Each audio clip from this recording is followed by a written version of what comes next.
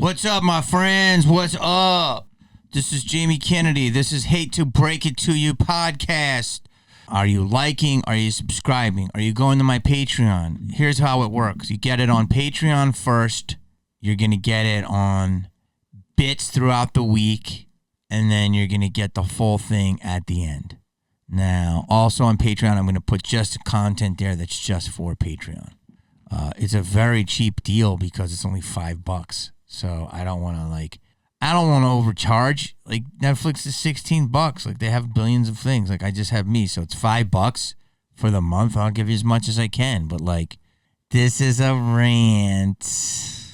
But we're growing. Stephen Baldwin was on here and he absolutely murdered it. He's got a new pod coming out called One Bad Movie. And he breaks down one bad movie where I think he could just talk off all his set stories. He's got a billion stories from set. And I think that pod drops in August. But he's killing it. And there was a clip in People magazine today of him telling me his story. And people said it was one bad movie. But it was my podcast. So we're growing. We're getting love. I see you out there when you're at the cons. I see how much you are talking to me. Fuck, I got some good merch coming. I got so much good stuff. People are giving me so many merch ideas. I'm curating all my fucking shit from my museum. I'm serious. It's fucking nuts, man. So this is an artist from years ago, and he did something called, he did Harold and Kumar, and he drew me a pair of sneakers from Harold and Kumar. And I could probably, what would I do? I would probably mass produce them. But the crazy thing is, he's got this character on it, and it's not my character. So everybody thinks Harold and Kumar. Everyone thinks I played that guy. Freak Show. That's not me. Everyone thought it was me because he was in makeup. And that was when I was doing mad makeup. That is by the guy who is on SVU, I think. The really stocky built actor who's a legend, who's been on it forever, and I forgive me for not knowing. I know his name, obviously. I just can't think of it right now because I just turned 54. But he was Freak Show. And everybody thinks I'm Freak Show, but I'm not Freak Show. I'm Creepy Bush Guy. Anyway, my buddy, I haven't seen this artist in years, but he's so talented, and he drew multiple pairs of sneakers from many things. But he didn't put me on it because he doesn't realize it. Maybe I have the Bush one. Oh, okay. There is. Okay, there is. Here it is. Hold on. Okay, good. This is the Bush. I'm on this one. And it's... Who's Harold? It was Cal and John Cho. I keep thinking it was Bobby Lee, but Bobby Lee was in it, but not... Bobby Lee might be on the sneaker. I don't know. But it was me and Cal in the Bush. I've done 3 movies with Cal. I haven't talked to him forever. I should have him on my pod. Do you think he would do it? He should do it. Actually, this pod was going to be one thing, but who knows what's going to be. So then, would you be interested in that? Then there's this amazing girl. I think her name's Amanda. I'll get your name when I do these. She makes these skateboard decks, and they're sick. I might start selling these. They're sick. I can't tell you how many I've signed. I would do one for every one of my movies. They're absolutely sick. People love skateboards. People love these decks. Would you buy that? And this isn't for sale, but this is a shout out to Drown Boy Productions, who has his own museum. And this is an RDS, which I don't know enough about the history, but this is a Randy Death Mask. Randy Death Scene. RDS. And I got this shout out from my boy Drown Boy, who is got quite a collection. A real collector. He's got some good stuff he's showing me. So that is that. People just have stuff, but I always have a copy of one, but they're interesting. This is a Ghost Whisperer trading card. I bet these will get popular because people love Ghost Whisperer. I could probably get more of these, but fuck out of here, fly. But this is a Ghost Whisperer. It's got J Love on it too. She signed it. Oh, it's got to be worth something. She signed it. Ghost was for trading card. So I'm getting a lot of cool things. I don't know. This idea of me doing more and more stuff with stuff is pretty interesting because people really seem to be into archiving cool things. And with the world being digitized, I'm noticing that more and more people want just one tangible, cool object. So I'm going to go into a little story before I do. I just have one little rant on it. Do you know that you can't say the word gypped? Did you know this? Gypped? It's like, yo, don't fucking gyp me. Yo, you gyp me. Come on, dude. Don't gyp me. I guess it's offensive to gypsies. But weren't gypsies already a questionable group? So they don't want to offend gypsy. Where's our fucking... Don't offend the gypsies. So I guess I was talking about it on the radio, and people were like, you really can't say that word anymore. It's like, yo, don't be a gyp. You gyp me. My mother used to say that all the time. Don't gyp me. Oh, I got gypped. I got gypped. Right? You go to Dairy Queen, you get, like, instead of 2 bananas and a banana split, you get 1. I got gypped. Remember that? So you can't say it because gypsies will be... Aren't gypsies the people on the boardwalk that go, tarot card reading in the back? Isn't that a gypsy? Come on. I'm sorry. It's okay to shame people. Gypsies were never like... It's like, you know, what do you call 50 lawyers at the bottom of the ocean? A good start. I mean, that's a dark joke, but that's what you heard. I heard that joke when I was like fucking 5. But yeah, it's like basically saying lawyers are fucking dirty animals, right? So not all lawyers are bad, not all gypsies are bad, but so now not allowed to. It's like literally like gypsies, thieves, beggars, all of these different things that are in songs. They were never aligned with like the charitable organizations or the organizations that built up the village. They were the gypsies. And I understand a gypsy lifestyle a little bit if you go to... There's nothing wrong with being a gypsy if you float from circus to circus or, you know, music festival to music. And I know people that go to music festivals, they take ayahuasca. They're kind of gypsy-like, or they're searching for Bigfoot. They're gypsy-like, or, you know, they... float here and they live in their camper and they go here and then they spend a week in that beach and then another week in the mountains, and they're gypsies. There's nothing wrong with that. But they're not like bloodline a gypsy, whatever that is. I don't even know what a gypsy is as a group of people. It's just like a term, just like grifters. You know what I mean? People that are like, we'll do a little con on you. So if we're scared to like make fun of con art, like I don't know if you never had a group of like, there's the Johnsons over there on the corner house. Yeah, it's the Johnsons. They're gypsies. What? Yeah, they're gypsies. They're from the gypsy tribe. There's no gypsy tribe, right? There's just gypsy. It was like a term, like that fucking chick's a gypsy, dude. She's here. She's there. She's going all around the parties. She's in a boat. I don't know. I just thought that was just beyond hilarious, jumping the shark. You know what the term means as a society, that we cannot say, I got gypped. I got gypped. I will never not say I got gypped. I'm not even thinking of a gypsy. It's just a gyp. I got gypped. Like, yeah, I got screwed. You know where that came from? People screwing you. You know who did it? Gypsies. That's where it came from. See, stereotypes exist for a reason. It's okay that they're there. You have to admit they exist and they change. It's like when you walk into a 7-Eleven, right? You know what you see. You never see an Irish guy behind the counter going, welcome to 7-Eleven. May I interest you in a baked potato? Would you like to get a Slurpee? No, it's a game. Eat it. Good. And it's okay.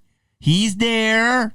Not all 7-Eleven employees are that, but a lot are. And that's okay. You never see a Hindu porn star. I'm going to, whose possesses, I'm going to, look good. No, it's usually a dude from the valley. So, That's the thing, is that some people would say right now, me doing that, telling you that, is racist. That's not racist. That's, first of all, it's humorous, but also it's observist. I'm just observing. Like, I walk into 7-Eleven, it's a lot of Indian people. There's nothing wrong with that. But to act like that's not a thing is mental illness. You know what I'm saying? It's the same people that want to get rid of the word cervix. What? Cervix was something that is used when creating a baby, but it's offensive to a certain group of people, so they want to call it a front hole. What? What? Come on, man.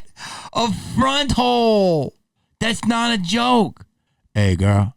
Yeah, I'm going to try to get in that front hole tonight. Hey, girl. Hey, girl. I'm going to try to get up in that front hole tonight. Yeah, give me some of that front hole. Like, come on. Are we out of our mind? A front hole? Dude, I met this chick last night, bro. Fucking Bob's Wild Wings. Afterwards, we went down and got a couple of nooners. And I was trying to, put a digi in her front hole. But, I mean, was that where we're at? Like, you don't see cervix anyway, but front hole. That just sounds like a ditch. Like, yo, that's a ditch. Let me dig in that back hole. Like, yo. So there's a front hole, a top hole, and a back hole? Is that where we're at? You can be inclusive to other people, but they also have to be inclusive of history. That's what's funny. It's just like, that's why all this stuff gets pushed back, is because people just act so offended that we were like, hey, cervix. Don't you fucking say the word cervix! Cervixes were a thing up until about 2 minutes ago. We didn't know we lost a cervix. Like, what the fuck? They got a cancer group apologizing because they said the word cervix, a cancer charity. And, ooh, this is another one I just read.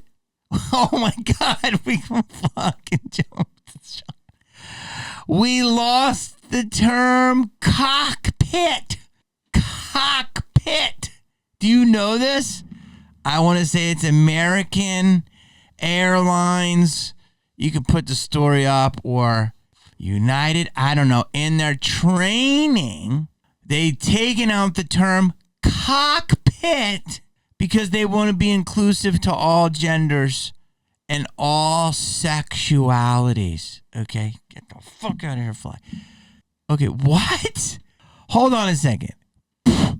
When you are on an airplane, okay, have you ever thought that the term cockpit meant cock? Like, yo, that's the ball pit, cock and ball pit, like his donger pit? Did you ever think that? No, I didn't. I thought it was like some kind of term for the plane. I've been on F-150s or whatever, C-109s or whatever, over seas. I've been on jumbo jets. I've been on Cessnas. Every plane has a cockpit. Is that because it's mostly men flying the plane? But we lost the, they don't want to include the term cockpit. But was it because everybody in there had a cock? I never knew that. Wouldn't it be called the dick pit? Or wouldn't it be called the penis pit? Like, so you're telling me a slang word from the street actually became a technical term in airplanes? Well, this is the cockpit. Boeing has a new cockpit. Airbus's design of the cockpit on the news. The cockpit, cockpit, pit will come meet me in the cockpit. You're telling me that term is not a technical term. It's an actual slang for dicks in the pit or dicks in the front of the plane. Are you telling me that? Because if that's the case, that is news to me. Anyway, this was something told to me, and I'm going to claim this joke because it was an observation of someone who's very funny, but she can't understand how funny it was because she doesn't do comedy. So I said, I'm taking it. She said, fine. The white man is in trouble. Everyone's mad at the white man, but the one place you don't get mad when you see him is where? The cockpit! Right? Like, you want to see an old white dude in front of that plane. I don't know about you, but lately I've been flying a lot. I'm trying to fly. I've been flying more than fucking ever. I don't want to fly. That's why I bought my van. And I've been flying so much. And recently, I just, like, these Boeing things, whoop. So I try to take an air bus. But you can't avoid some of these Boeings. You try to avoid that big one. And turbulence. It just seems like there's more turbulence lately.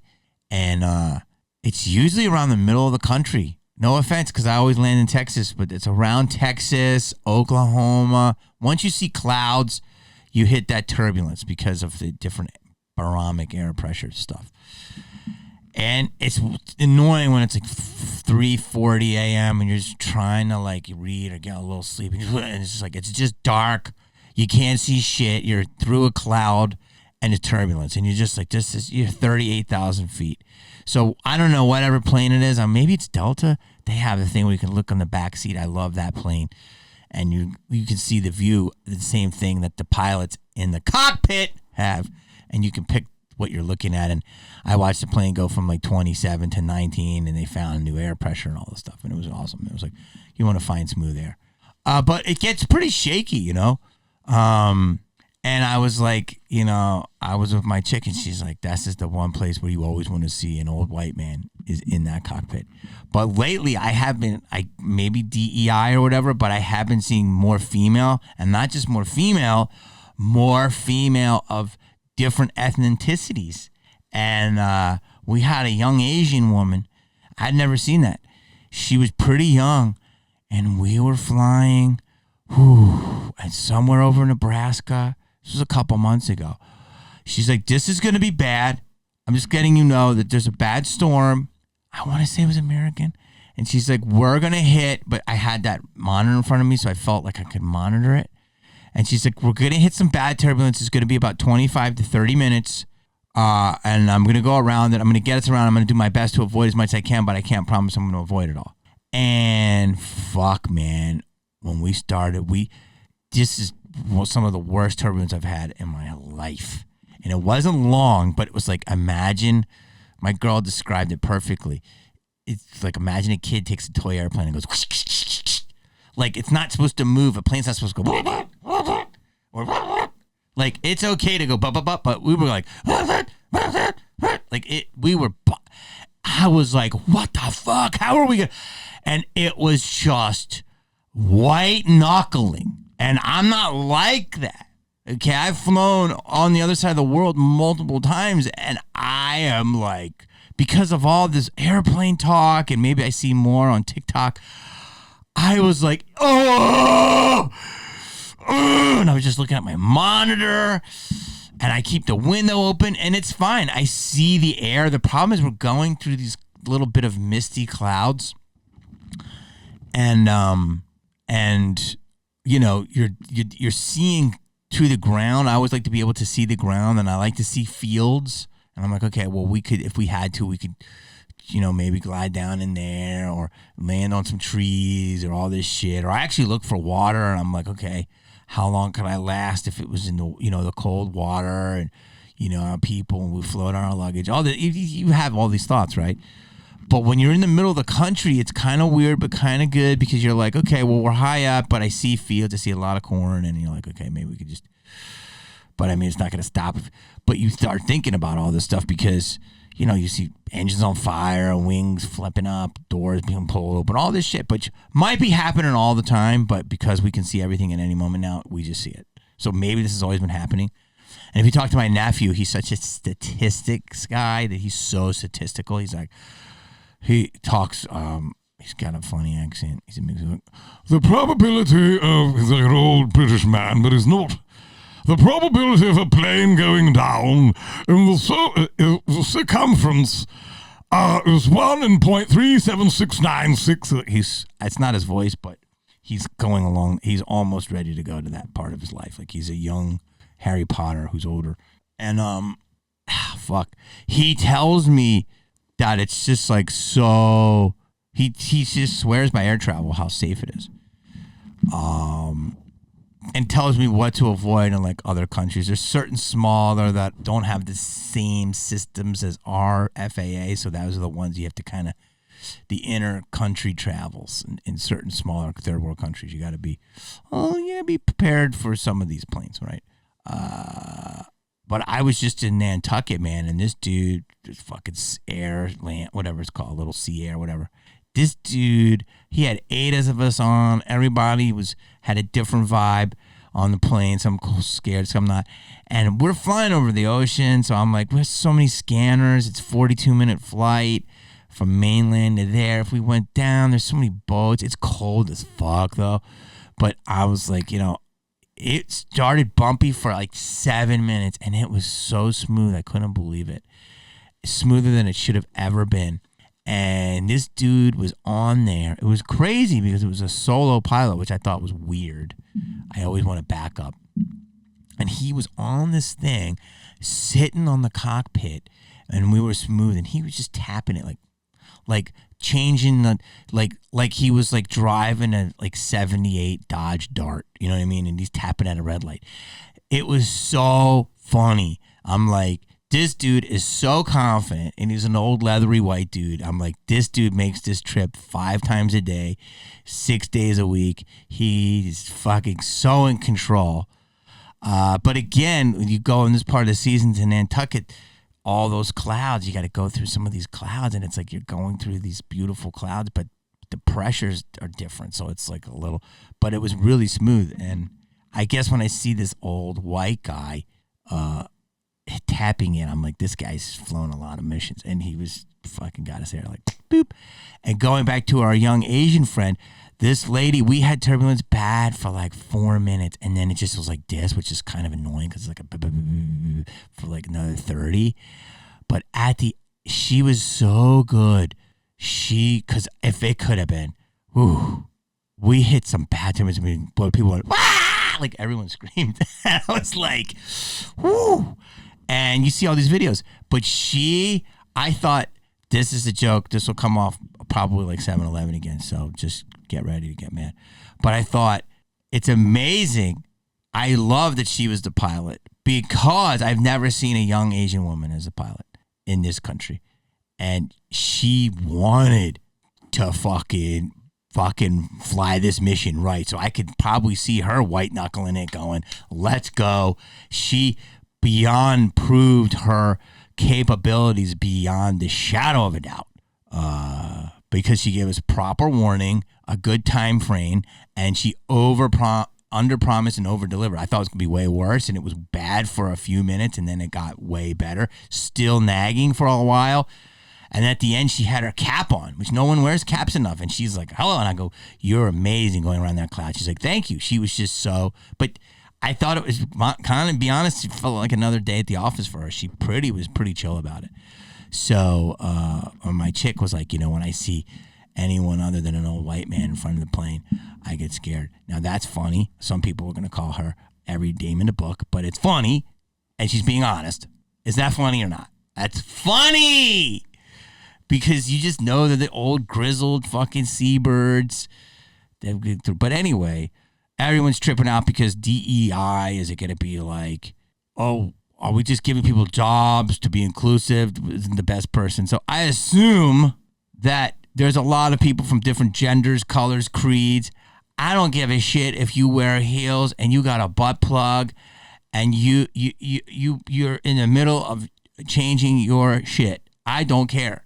If you can fly this motherfucker, fly it. I don't care if you wear eyelashes and identify as a unicorn. If you can fly this thing, fucking fly it. That's all I care about. I don't care your beliefs. I care about you want to live like the rest of us and you enjoy flying. So I think everyone, but maybe there's a lot of people in other places that weren't getting the chances. So I'm hoping that's what DEI is doing. It's opening up to everybody and saying, hey, this person can fly too. This person can fly too. Which is healthy, but not just to fill up quotas of people that are less qualified. So listen, guys, you got to you got to subscribe. You got to show your love. You're really great in the comments. And then from here, we will slowly grow. Thank you, guys. Peace.